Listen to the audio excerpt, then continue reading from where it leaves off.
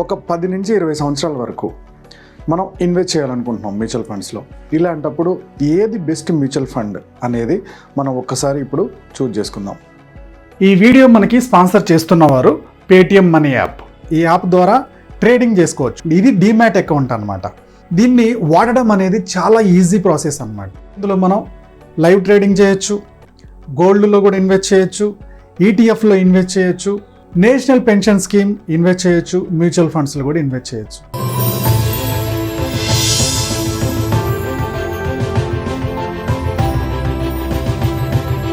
Welcome to money మంత్ర. నేను మీ రామకృష్ణ. మనం రోజు లైఫ్కి సంబంధించి, ఫైనాన్స్కి సంబంధించి, డైరెక్ట్ సెల్లింగ్ సంబంధించి చాలా టాపిక్స్ మాట్లాడుకుంటాం కదా.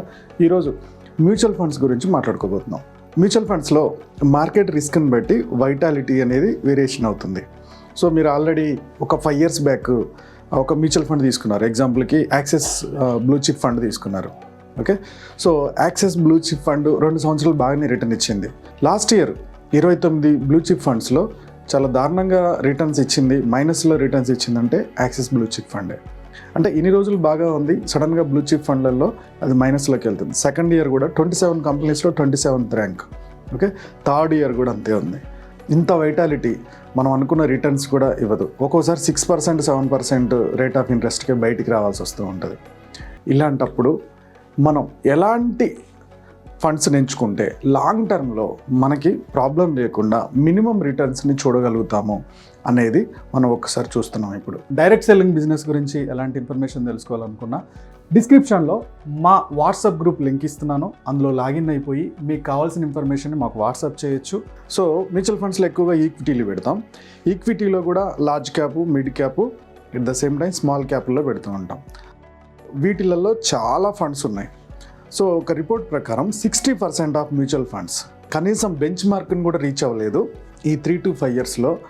ఈ large cap, mid cap, small cap funds అన్నీ కూడా అని చెప్పేసి ఒక రిపోర్ట్ చెప్తుందన్నమాట. ఇవన్నీ కూడా యాక్టివ్ మ్యూచువల్ ఫండ్స్ అనమాట. సో 60% అండర్ పర్ఫార్మ్ చూపిస్తున్న ఫండ్స్ అన్నీ కూడా active mutual funds. Long term కోసం ఎక్కువగా 10 to 20 years కోసం అయితే ఇండెక్స్ ఫండ్స్ని ఎంచుకోవడం మంచిది.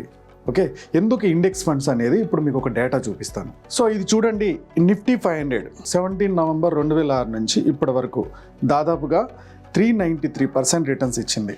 అలాగే సేమ్ పీరియడ్లో నిఫ్టీ 50 రిటర్న్స్ వచ్చేసి దాదాపుగా 381% రిజల్ట్స్ ఇచ్చింది. సేమ్ పీరియడ్లో సెన్సెక్స్ రిటర్న్స్ వచ్చేసి 356% ఇచ్చింది.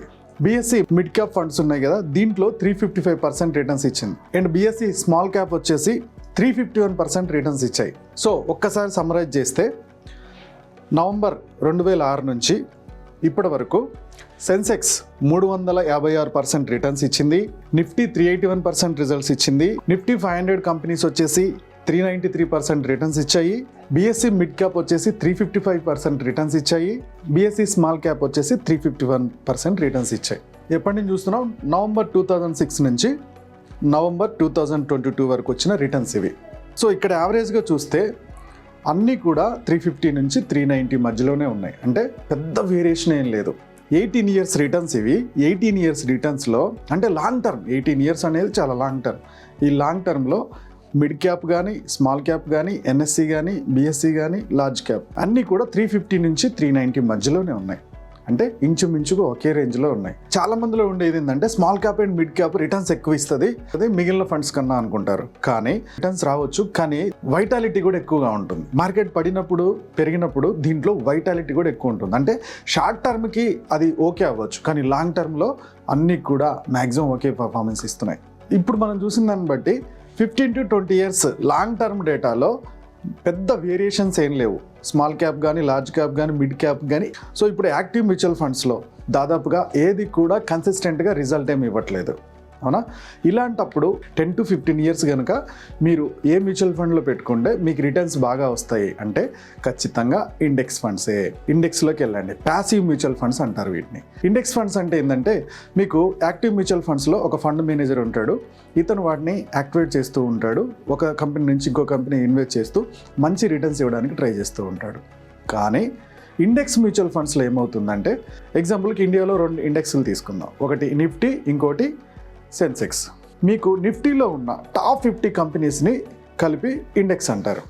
ఓకే, సో మీరు కనుక ఇండెక్స్లో పెట్టారనుకోండి డబ్బులు, ఇండెక్స్లో ఇన్వెస్ట్ చేసినప్పుడు ఇండెక్స్ పెరిగే కొద్దీ మీ మ్యూచువల్ ఫండ్ పెరుగుతూ ఉంటుంది.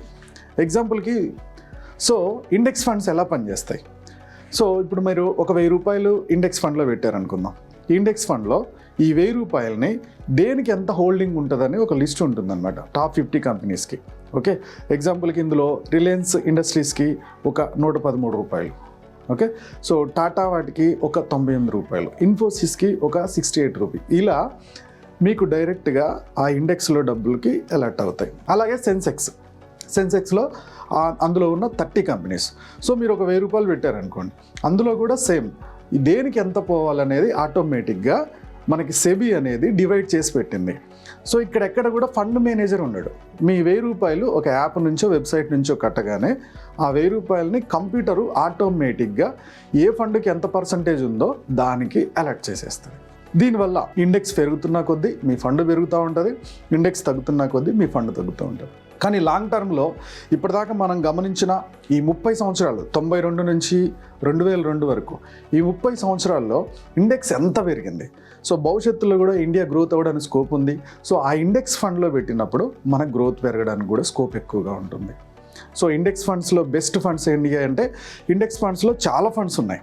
బట్ ఇండెక్స్ ఫండ్స్లో మీరు సెలెక్ట్ చేసుకోవడానికి 2 ఆప్షన్స్ గమనించాలి. ఒకటి, ఈ ఇండెక్స్ ఫండ్స్లో ఎక్స్పెన్స్ రేషియో ఏది తక్కువగా ఉంది. రెండోది, ట్రాకింగ్ ఎర్రర్స్ దేంట్లో తక్కువ ఉన్నాయనేది చూడాలి. ఎగ్జాంపుల్కి ఇప్పుడు మీరు అమౌంట్ ఒక 1000 రూపాయలు పెట్టారు, మార్కెట్ రేటుకి అది తీసుకునేటప్పుడు ఎంత లేట్ అవుతుంది అనేదాన్ని ట్రాకింగ్ ఎర్రర్ అంటారనమాట. మీకు ట్రాకింగ్ ఎర్రర్ తక్కువగా ఉన్న ఇండెక్స్ ఫండ్ని సెలెక్ట్ చేసుకున్నారనుకోండి, ఆటోమేటిక్గా మీ గ్రోత్ ఎక్కువగా ఉంది. ఇండెక్స్ ఫండ్స్ అన్నీ కూడా పెద్ద వేరియేషన్స్ ఏం లేవు, ఇంచుమించుగా ఇండెక్స్ ఫండ్స్ అన్నీ కూడా యావరేజ్గా సేమ్ రిజల్ట్స్ ఇస్తున్నాయి. ఓకే, కొంచెం ఈ 2 పాయింట్స్ గమనించుకుంటే బెటర్.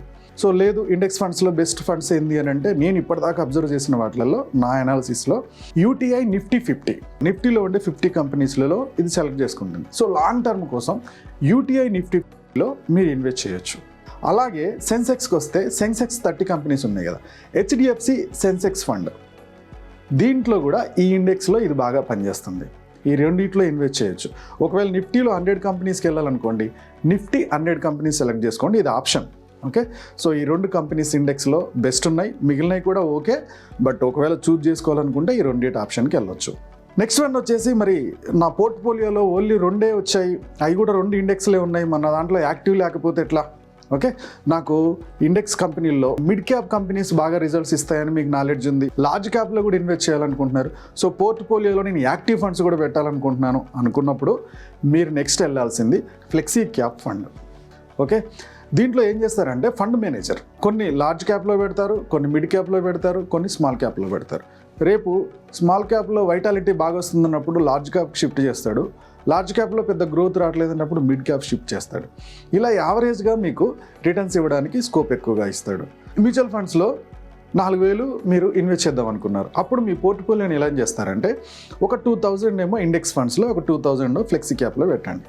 ఫ్లెక్సీ క్యాప్లో Kotak flexi cap, Axis flexi cap, HDFC flexi cap, ఈ 3 కూడా పర్ఫార్మెన్స్ బాగానే ఉన్నాయి. దీంట్లో ఫ్లెక్సీ క్యాప్లో ఏదన్నా ఒకటి సెలెక్ట్ చేసుకొని ఇది ఒక 2000, ఇండెక్స్లో నిఫ్టీ 50 కానీ సెన్సెక్స్ కానీ సెలెక్ట్ చేసుకొని దాంట్లో ఒక 2000, ఈ పోర్ట్ఫోలియోని మెయింటైన్ చేసుకుంటూ పోతే 10 to 15 years long term, 10 to 20 years long టర్మ్లో ఇండెక్స్ పెరుగుతూనే ఉంటుంది. సో ఇది ఇండెక్స్ గ్రోత్ అవుతుంది. ఒకవేళ ఫ్లెక్సీ క్యాప్లో దీన్ని కొంచెం మెయింటైన్ చేయడం అటు ఇటు అయినా అది ఇది యావరేజ్గా తీస్తే మీకు రిటర్న్స్ బాగుంటాయి. Okay friends, so best mutual funds ఏంటంటే, ఫస్ట్ అయితే ఇండెక్స్ ఫండ్, ఒకవేళ మీకు mid cap, large cap, small cap కావాలనుకుంటే ఫ్లెక్సీ క్యాప్కి వెళ్ళండి. ఈ 2 రిటర్న్స్ ఫ్యూచర్లో బ్యాలెన్స్ చేసుకొని మీకు మంచి రిటర్న్స్ ఇస్తాయి.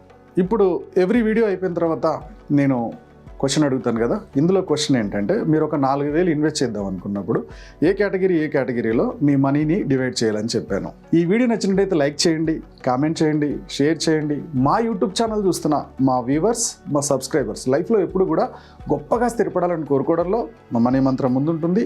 Go self made.